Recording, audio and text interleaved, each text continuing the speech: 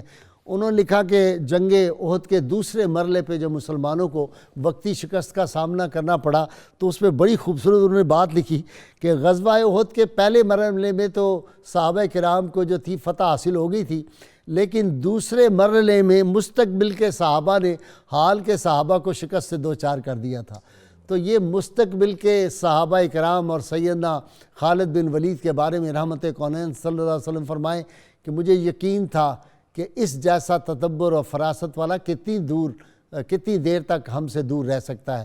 آپ صلی اللہ علیہ وسلم کو کتنی خوشی ان کے ایمان لانے کی۔ اللہم صلی علی سیدنا و مولانا محمد وعلى سيدنا علي وسيدتنا فاطمة وسيدتنا زينب وسيدنا حسن وسيدنا حسين وعلى آله وصحبه وبارك وسلم۔ اللهم صل على سيدنا ومولانا محمد وعلى سيدنا علي وسيدتنا فاطمة وسيدتنا زينب وسيدنا حسن وسيدنا حسين وعلى آله وصحبه وبارك وسلم۔ جی نوری صاحب، سیدنا خالد بن ولید رضی اللہ تعالیٰ عنہ۔ بسم اللہ الرحمن الرحیم، جزاک اللہ خیرہ۔ غازی صاحب، علامہ اقبال علیہ الرحمہ نے وہ جو شکوہ میں کچھ بند کہے ہیں، میں سمجھتا ہوں کہ لگتا ایسے ہے کہ جیسے وہ حضرت خالد بن ولید رضی اللہ تعالیٰ عنہ کی زبان سے ادا ہو رہے ہیں۔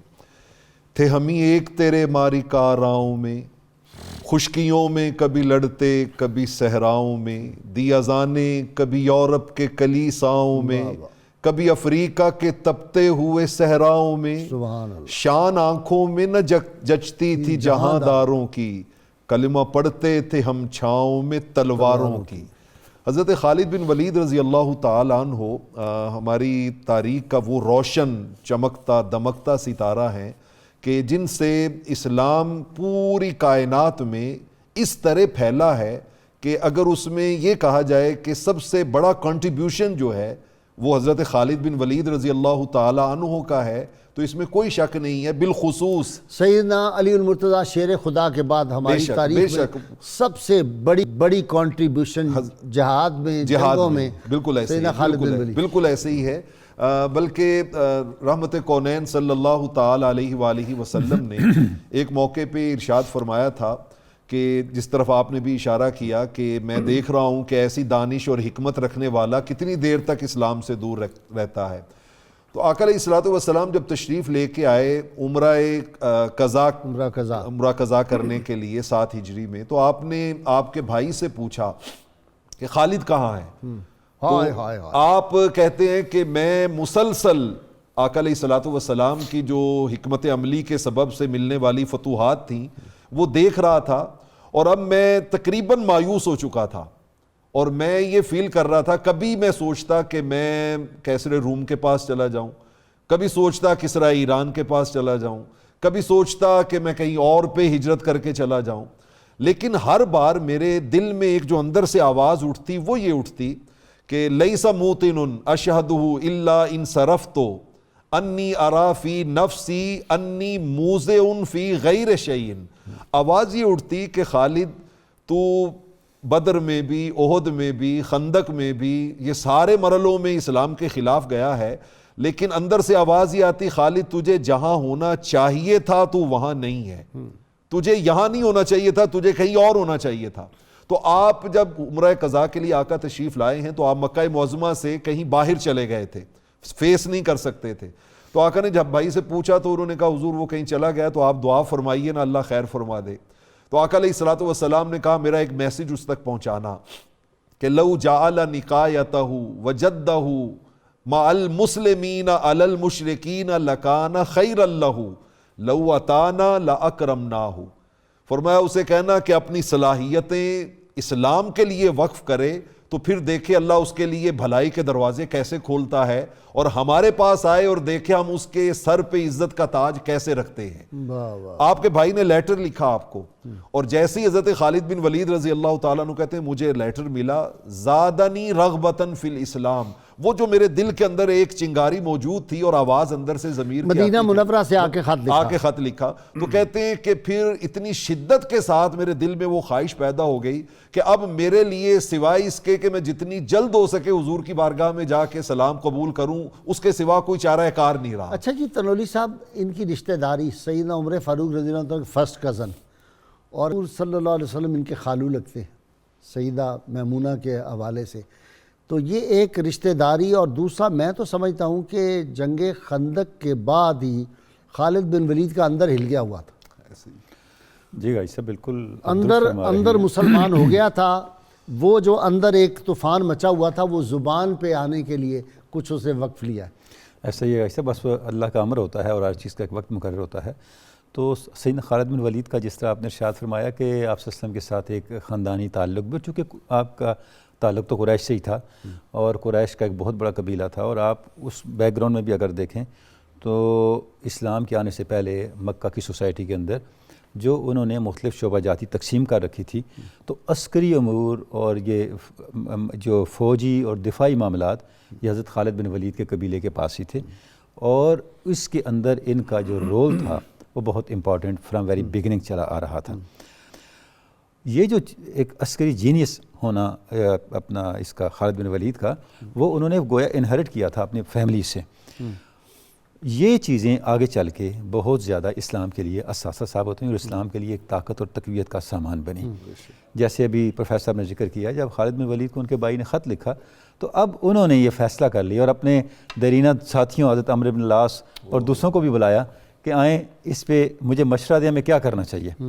تو سب نے یہ فیصلہ کیا کہ اب ہمیں جا کے آپ صلی اللہ علیہ وسلم کی بارگاہ میں حاضر ہو کے اسلام قبول کر لینا چاہیے. اچھا، تو صلح حدیبیہ کے بعد کا بے پناہ خوشی جب اطلاع ملی نا کہ خالد آ گیا ہے اور ان کے ساتھ جو ہے عمر بن عاص ہے اور عثمان بن طلحہ ہے، تو جب یہ باہر اپنا غسل کر رہے تھے اور کپڑے بدلنے کی اپنی تیاری پہنچنے کے لیے کر رہے تھے، تو آپ صلی اللہ علیہ وسلم جو ارشاد فرمایا وہ کمال ہے اور میرا تو دل ہل جاتا ہے. بہت بڑا جملہ آپ نے فرمایا کہ مکہ نے اپنے دل کے ٹکڑے تمہاری طرف پھینک دیے. اللہ کا شکر ہے کہ مکہ نے اپنے جگر کے ٹکڑے ہمارے دامن میں ڈال دیے ہیں بلا شبہ. یہ گویا کہ یہ بھی ایک استقبال تھا، ایک خوش آمدید تھی خالد بن ولید کے لیے.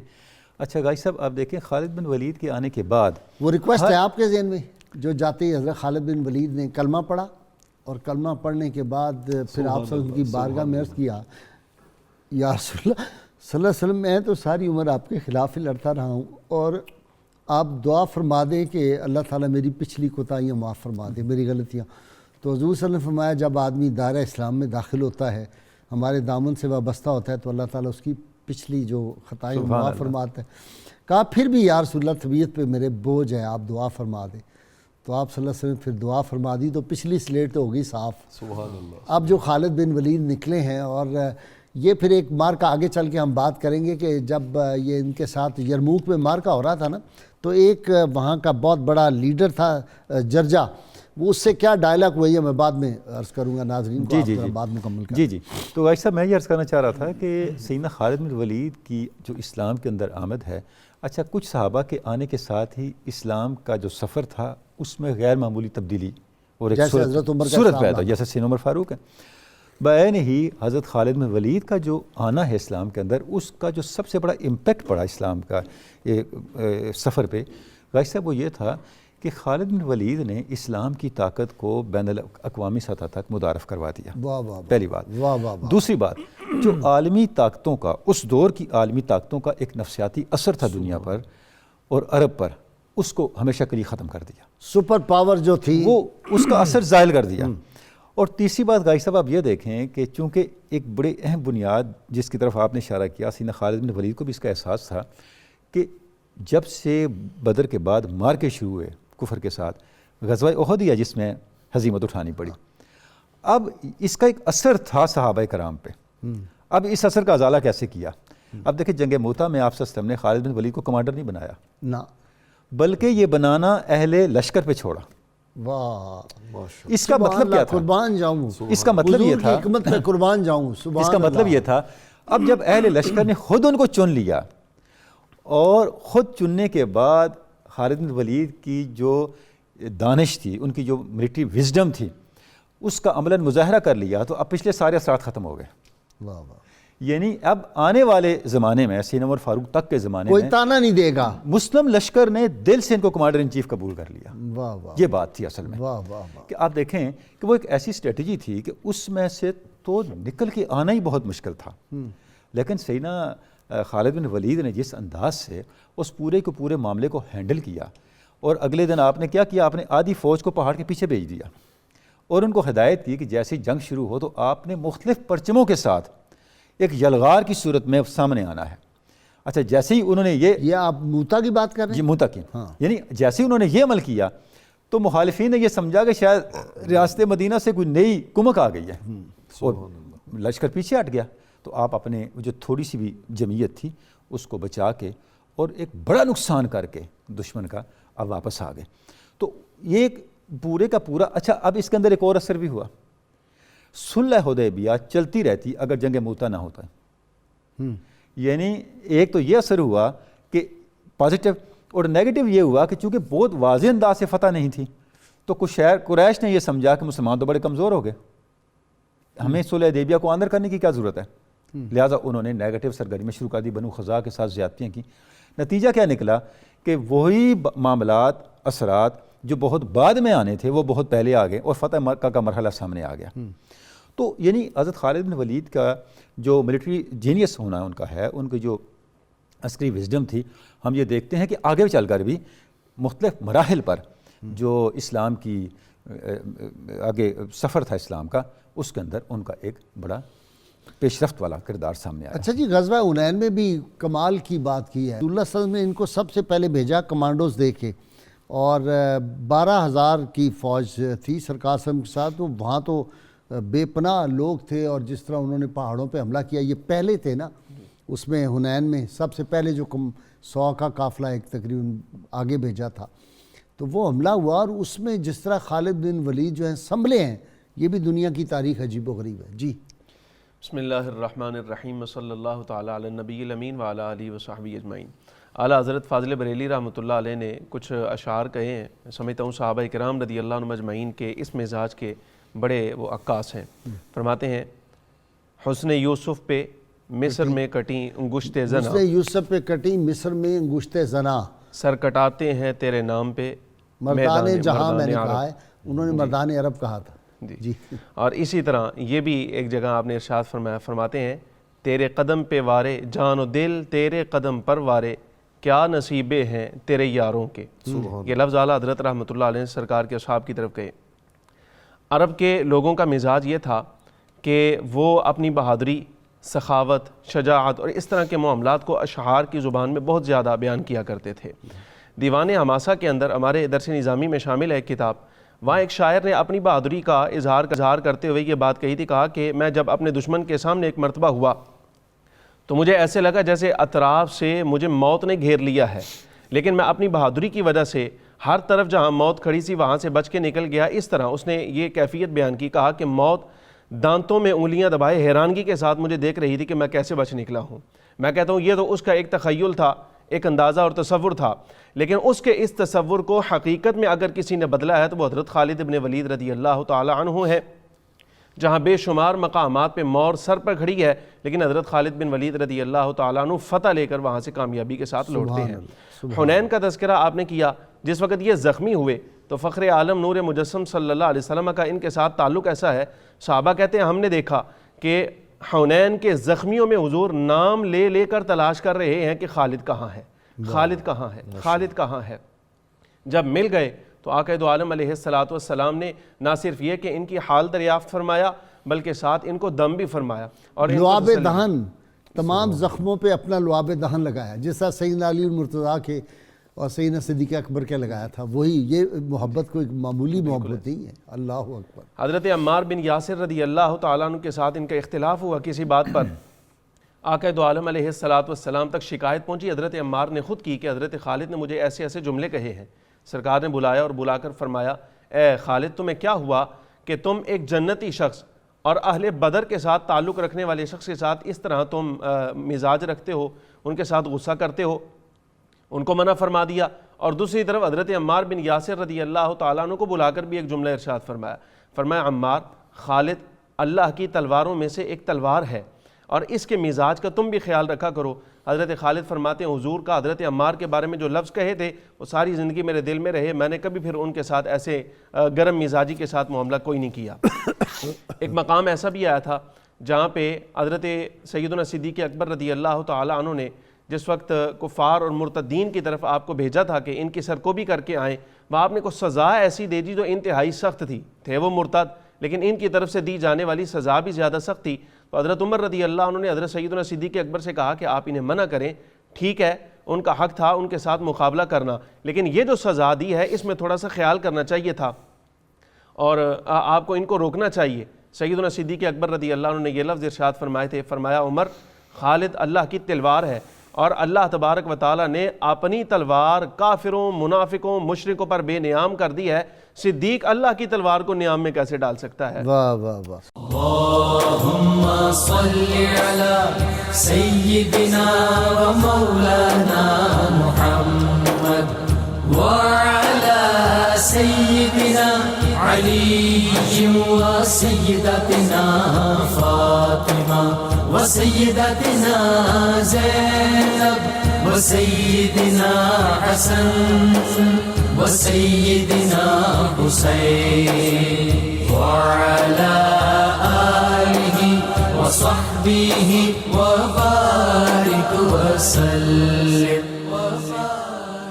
اللهم صل على سيدنا ومولانا محمد وعلى سيدنا علي وسيدتنا فاطمة وسيدتنا زينب وسيدنا حسن وسيدنا حسين وعلى آله وصحبه وبارك وسلم۔ ڈاکٹر تنولی صاحب، جی غازی صاحب، بالکل جس طرف آپ نے اشارہ کیا، یہ سیدنا خالد بن ولید کی شخصیت میں جو ہمیں غیر معمولی ان کا ایک صلاحیتیں نظر آتی ہیں اور اسلام کے لیے غیر معمولی طاقت نظر آتی ہے، تو اس کے پیچھے ایک بہت بڑی جو اصل وجہ ہے وہ یہی ہے کہ جو ایمان کی طاقت اور آپ صلی اللہ علیہ وسلم کے ساتھ نسبت، یہی وہ چیز تھی جس نے انہیں دنیا کا ایک عظیم ترین جینیس کمانڈر بنا دیا۔ جس طرف آپ اشارہ کر رہے ہیں، علامہ کہتے ہیں کہ کبھی سوچا بھی ہے مرد مسلمان کبھی تو نے کیا چیز ہے فولاد کی شمشیر جگردار، لیکن ہے فکر مجھ کو مصرع ثانی کی زیادہ، اللہ کرے تجھ کو عطا فقر کی تلوار، قبضے میں جو یہ تلوار آ جائے تو مومن، واہ واہ، یا خالد جانباز ہے یا حیدر حیدر کرار، کرار۔ کہ جو فولاد کی تلوار ہے وہ فقر کی تلوار کے بعد خالد جانباز کی تلوار بنتی ہے۔ تو اب دیکھیں جب یہ کیا تیری خاک میں ہے اگر شرر تو خیال فقر و غنا نہ کر کہ جہاں میں نان شہید پر ہے مدار قوت حیدری، تو اب نان شہید کچھ نہیں ہے، وہ تو اور کمزور کرتا ہے، تو کیوں اس کے اوپر ہے؟ اس کی وجہ یہ ہے کہ اس کی خاک میں شرر ہے، شرر ہے، ایمان کا شرر۔ کب تک خالد دور رہے گا؟ یہ چیز ہے، کب تک قوت خالد حیدری دور جو ہے رہے گا؟ سینہ علی مرتضیٰ کی طرف جو اشارہ علامہ نے کیا، اصل میں ان کی خاک میں شرر ہے، ہم عبد تراب ہیں اور وہ بھو تراب ہیں، تو فرق بن گیا نا، ہم مٹی کے بندے ہیں اور وہ تمام مٹی کے آقا ہیں، کائنات کے آقا ہیں۔ تو غازی صاحب یہ جب فتوحات کا زمانہ تھا اور یہ ساسانیوں کے ساتھ اور بازنطینیوں کے ساتھ اسلام کے لشکروں کی مارکہ آرائی ہو رہی تھی، تو ہیرا کا شہر عراق کا اس کا کے قلعے کا محاصرے کا معاملہ تھا، تو اس کا محاصرہ کر رہے تھے، اسلامی لشکر نے محاصرہ کر رکھا تھا اور بار بار کوشش کر رہے تھے کہ وہ آگے جائیں اور قلعے کو فتح کریں، تو وہاں سے پتھروں کی بارش اور تیروں کی بارش مسلمانوں کو آگے نہیں جانے دیتی تھی۔ اچھا، ان کا جو لیڈر تھا، اس قلعے کا جو سردار تھا عمر ابن عبد المسیح، وہ ایک عرب سردار تھا، اس نے بڑی حکمت کے تحت مسلمان کے لشکر کو دور رکھا ہوا تھا۔ جب مسلمان 2-3-4 دن کی مشقت کے بعد قلعے کی فصیل تک پہنچ گئے، تو اب جو سردار تھا عمر بن عبد المسیح، اس نے سوچا کہ اب میں مسلمانوں کو روک نہیں سکتا۔ اس نے اپنے جو آیان تھے، اپنے جو لوگ تھے، ان سے مشورہ کیا اور قلعے کا دروازہ کھول دیا اور باہر آ گیا، اور خالد بن ولید کے پاس آیا اور کہنے لگا جناب ہم نے قلعے کا دروازہ کھول دیا اور ہم چاہتے ہیں کہ آپ کے ساتھ صلح کر لیں۔ آپ فرمایا اب تو صلح کا وقت گزر چکا، کیونکہ آپ کا طریقہ یہ تھا جب آپ جاتے تو آپ پہلے خط بھیجتے تھے جس میں آپ یہ چند چیزیں آپ کی حضور صلی اللہ مستقل علیہ ہوتی وسلم تھی۔ فرمایا ہوا تھا سیدنا صدیق اکبر نے بھی بالکل پہلے دعوت اسلام دعوت دینی ہے۔ اسلام، اور وہ آپ کا جو خط تھا وہ بڑا کلاسیکل ٹیکسٹ اس کا تھا کہ آپ فرماتے تھے کہ تم لوگ خوش نصیب ہو کو اللہ نے تم پر امن کی چھتری تان دی ہے اسلام کی صورت میں۔ ہم آپ کے پاس دعوت لے کے آئیں، آپ کے پاس 3 آپشن، آپ اسلام قبول کریں، ہماری ایمان میں آ جائیں، یا پھر جنگ کے لیے تیار ہو جائیں۔ اور اگر آپ جنگ کے لیے تیار ہو جائیں تو مت بھولنا ہم وہ لوگ ہیں جنہیں موت سے اتنی محبت ہے جتنی تمہیں شراب اور زندگی سے ہے۔ واہ واہ۔ اچھا، اب جب اس نے عمر بن عبدالمسیح نے کہا جی کہ میں صلح کرنا چاہتا ہوں، اب اس کو وقت گزر چکا، ہم تو پہلے آپ کو آپشن دیے تھے، آپ نے خود جنگ کا آپشن لیا تھا۔ اس نے کہا دیکھیں میں معمر آدمی ہوں، اور اگر آپ میرے ساتھ صلح نہیں کریں گے تو میرے پاس یہ زہر ہے، یہ میں پی لوں گا اور خودکشی کر لوں گا۔ آپ نے فرمایا بھی میں تمہیں بتا دوں ہم وہ لوگ ہیں جو یہ سمجھتے ہیں کہ زندگی موت اللہ کے ہاتھ میں، زہر میں نہیں ہے۔ اس نے کہا یہ کیا بات ہوئی، یہ تو زہر جو بھی پیے گا وہ ہلاک ہو جائے گا۔ فرمایا مجھے دو۔ اس سے زہر لے کے سیدنا خالد بن ولید نے لے لی، پی لی، اور جیسے پی آپ کا جسم پسینے سے شرابور ہو گیا، اور 2 لمحوں کے بعد آپ نارمل ہو گئے۔ وہ بڑا حیران ہوا یہ کیا ہے؟ بسم اللہ الذی لا یضر مع اسمہ شیء فی الارض ولا فی السماء وہو السمیع السمیع العلیم۔ اس نے کہا 1000 آدمی اس کو سونگے تو مر سکتا ہے، مر سکتا ہے۔ انہوں نے پوری شیشی یہ کیا ہے؟ اس کا یہ کوئی انسان نہیں، یہ تو غیر ما فوق الفطرت مخلوق ہے۔ اسی وقت ہار گیا تھا۔ اس نے کہا جی میں آپ کی شرائط پہ تیار ہوں، اور پھر وہ جزیہ دینے پہ راضی ہوا۔ تو یہ جو کردار کا پہلو تھا ایمان کے اندر، اس درجے کا کمال، بھائی صاحب اس سے حقیقی بصیرت کھلتی ہے، اس سے اللہ رب العزت کی تائید سامنے آتی ہے، اللہ کے وہ لشکر سامنے آتے ہیں کہ جن لشکروں کو کوئی دیکھ نہیں سکتا۔ اچھا جی سید صاحب، کیا کم من فیعت قلیلۃ فیعۃ غلبت کثیرۃ باذن اللہ، میں کوئی لفظ آگے پیچھے کر جاؤں تو آپ کریکٹ کر دیجیے گا، کہ اللہ کا جب فضل ہوتا ہے تو چھوٹی جماعتیں بڑی جماعتوں پہ غالب آ جاتی ہیں بإذن اللہ۔ ہاں کم من بإذن فئۃ اللہ، قلیلۃ غلبت فئۃ کثیرۃ بإذن اللہ۔ بإذن اللہ۔ تو ہماری پوری مسلمانوں کی تاریخ جو ہے، اب بھی پاکستانی فوج جو ہے بھارت کی فوج کے مقابلے میں ہم 1/3 ہیں، تو یہ ہمیشہ ہم کبھی، مجھے تو نہیں تاریخ اسلام میں ملا کہ ہم کثرت میں رہے ہوں۔ اچھا، خاص طور پہ وہ واقعہ سنائیں دومت الجندر کا، وہ عقیدر بن کیا تھا عبد الملک، اس کو آپ صلی اللہ علیہ وسلم نے کہا ذرا اس کو پکڑ کے لاؤ، یہ دومت الجندر میں اس نے نہیں سرنڈر کیا تھا، حالانکہ وہ رومی ڈر گئے تھے لیکن یہ اکڑا ہوا تھا، تو آپ نے فرمایا کہ وہاں وہ نیل گائے کے شکار کے لیے ہوگا، ذرا اس کو تو پکڑ کے لاؤ۔ یہ رحمت کونین صلی اللہ علیہ وسلم کا جو کمال ہے ایک، کہ جنگ موتا میں آپ فرما رہے ہیں کہ اب زید شہید ہو گیا ہے، اب جھنڈا جو ہے وہ جعفر طیار کے ہاتھ میں، اب عبداللہ بن رواح کے ہاتھ میں، یہاں فرما رہے ہیں کہ عقیدر بن عبد الملک جو ہے وہ نکلا ہوگا نیل گائے کے شکار کے، اس کو پکڑ لاؤ۔ یہ کیا بات ہے؟ قرآن عزیز آپ کی باتیں 2 حصوں پر منقسم ہے، ایک تو لشکر اسلام کی قلت اور پھر بھی کامیابی، اور دوسرا آقا دو عالم علیہ السلام کا پہلے سے خبر دے دینا۔ اب یہ جیسے آپ نے قرآن عزیز کی کم من فئۃ قلیلۃ غلبت فئۃ کثیرۃ باذن اللہ، یہ تو ارشاد فرمایا سورۃ البقرہ میں۔ حنین کا غزوہ کیونکہ حضور اکرم صلی اللہ علیہ وسلم کی حیات طیبہ میں یہ بڑی اہمیت کا حامل تھا۔ جب اس میں پیچھے سے دیکھیں، بدر ہے، احد ہے، احزاب ہے، صلح حدیبیہ، فتح مکہ تک بھی بڑی تعداد جو زیادہ ہوئی نا وہ 8000 تھی صحابہ کرام رضی اللہ عنہم اجمعین کی۔ لیکن جس وقت حنین میں آئے ہیں، اب چونکہ مکہ والے بھی مسلمان ہو چکے تھے، حنین میں نکلتے ہوئے صحابہ کرام رضی اللہ عنہم اجمعین میں سے کسی کے منہ سے یہ بات نکل گئی کہ آج ہمیں کوئی نہیں ہرا سکتا، آج ہم پر غالب کوئی نہیں آ سکتا۔ لیکن ابتدائی طور پر کچھ تھوڑا سا حکمت عملی کے تحت جس وقت اللہ تبارک و تعالیٰ نے کو سبق دینا چاہا، کچھ تھوڑی سی پریشانی کا سامنا ہوا، وہاں اللہ تبارک و تعالیٰ نے وہی فرمائی، لَقَدْ نَصَرَكُمُ اللَّهُ فِي مَوَاطِنَ كَثِيرَةٍ وَيَوْمَ حُنَيْنٍ إِذْ أَعْجَبَتْكُمْ كَثْرَتُكُمْ فَلَمْ تُغْنِ عَنْكُمْ شَيْئًا۔ یاد کرو اللہ نے بہت ساری جگہوں پر تمہاری مدد فرمائی، خاص طور پہ حنین کے دن جب تم اپنی کثرت پہ فخر کر رہے تھے، فَلَمْ تُغْنِ عَنْكُمْ شَيْئًا، تو تمہیں تمہاری کثرت کچھ کام نہ آئی۔ یہ دراصل صحابہ کو سبق دے دیا تھا کہ تم نے کبھی بھی کثرت پر انحصار نہیں کرنا، بلکہ تمہارا انحصار ان تمام معاملات میں اللہ تبارک و تعالیٰ کی مدد پر ہوگا۔ اور پھر آقا دو عالم علیہ السلام نے اپنی حیات طیبہ میں روم، ایران اور اس طرح کی جو بڑی بڑی سلطنتیں تھیں ان کے بارے میں خوشخبری فرما دی تھی کہ یہ فتح ہوں گی۔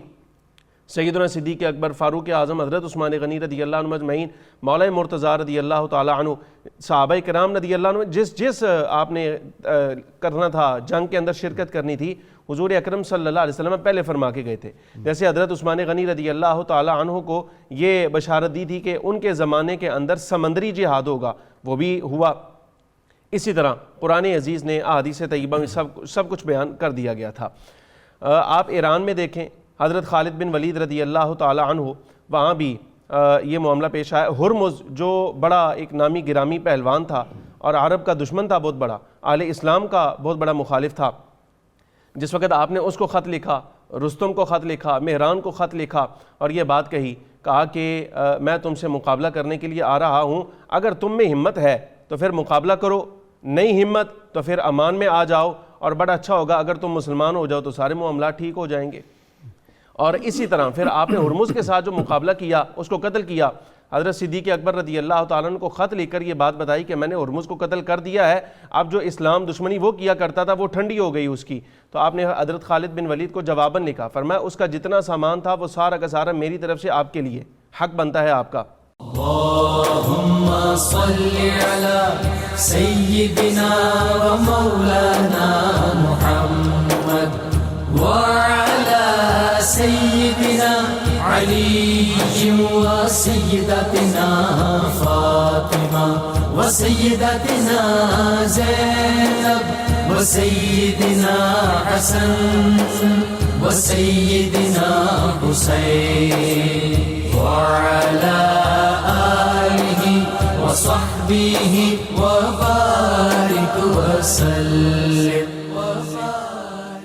اللهم صل على سيدنا ومولانا محمد وعلى سيدنا علي وسيدتنا فاطمة وسيدتنا زينب وسيدنا حسن وسيدنا حسين وعلى آله وصحبه وبارك وسلم۔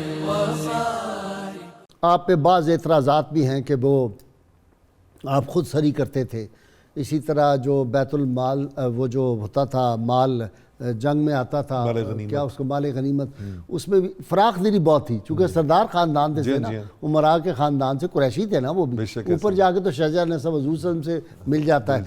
اچھا، مالک بن نویرہ کا جو قتل ہے یہ آپ پہ بڑا الزام آتا ہے، اس کے بارے میں میں چاہتا ہوں کہ ہم اپنے ناظرین کو کلیئر کر دیں۔ مالک بن نویرہ کا جو قتل ہے، یہ جو الزام ہے کہ جی اس کی جو بیوی تھی وہ اس کو قتل کر کے پھر اس سے نکاح کیا، مالک بن نویرہ نے تو بہت پہلے اپنی بیوی کو طلاق دے دی ہوئی تھی، پہلی بات تو یہ ہے۔ دوسری بات یہ ہے کہ جس دن رحمت کونین صلی اللہ علیہ وسلم وصال پاک ہوا، اس دن حضرت خالد بن ولید کو خبر ملی کہ اس نے مٹھائی بانٹی تھی اور خوشیاں کی تھی۔ بالکل ایسا آپ نے کنفرم کرایا بندے بھیج کے، انہوں نے کہا جی ہاں اس دن اس نے لڈو بانٹے تھے، مٹھائی بانٹی تھی۔ دو باتیں ہو گئی۔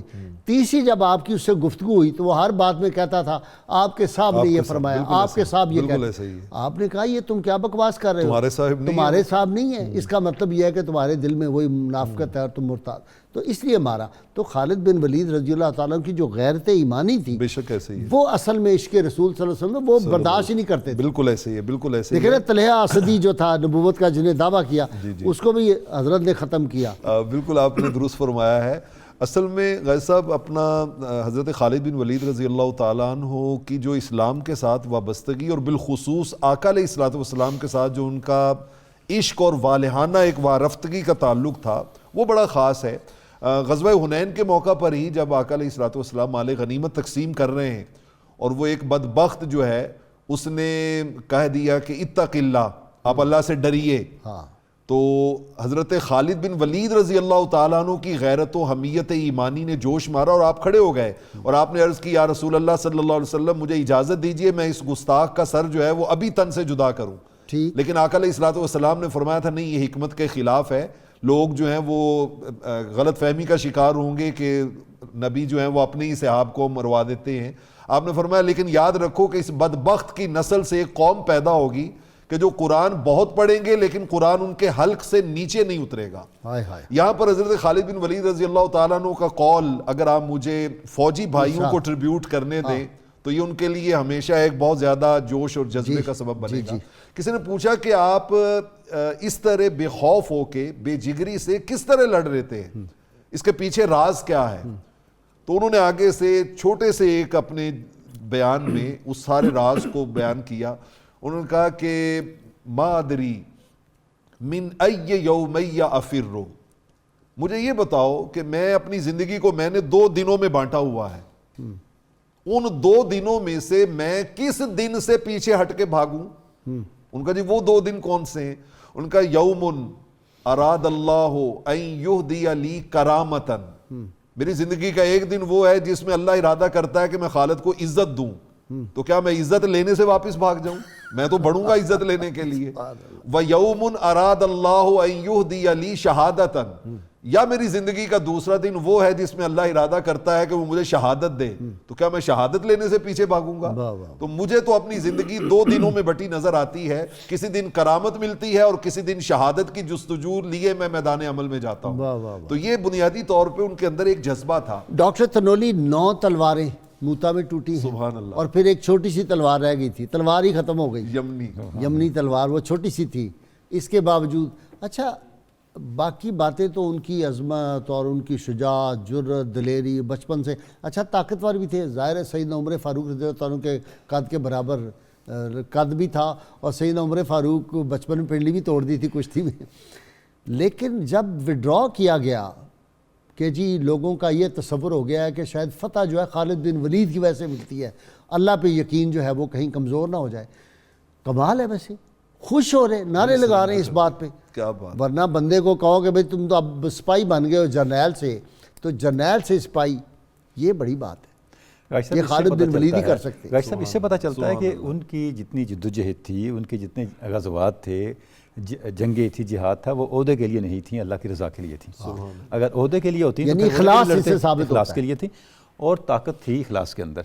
ورنہ وہ غازی صاحب جیسے آپ نے بتایا کہ ان کی جسمانی طاقت، ان کی صلاحیت، ان کا جو عبقریت تھی، عسکری عبقریت تھی، اس کی کوئی مثال نہیں تھی.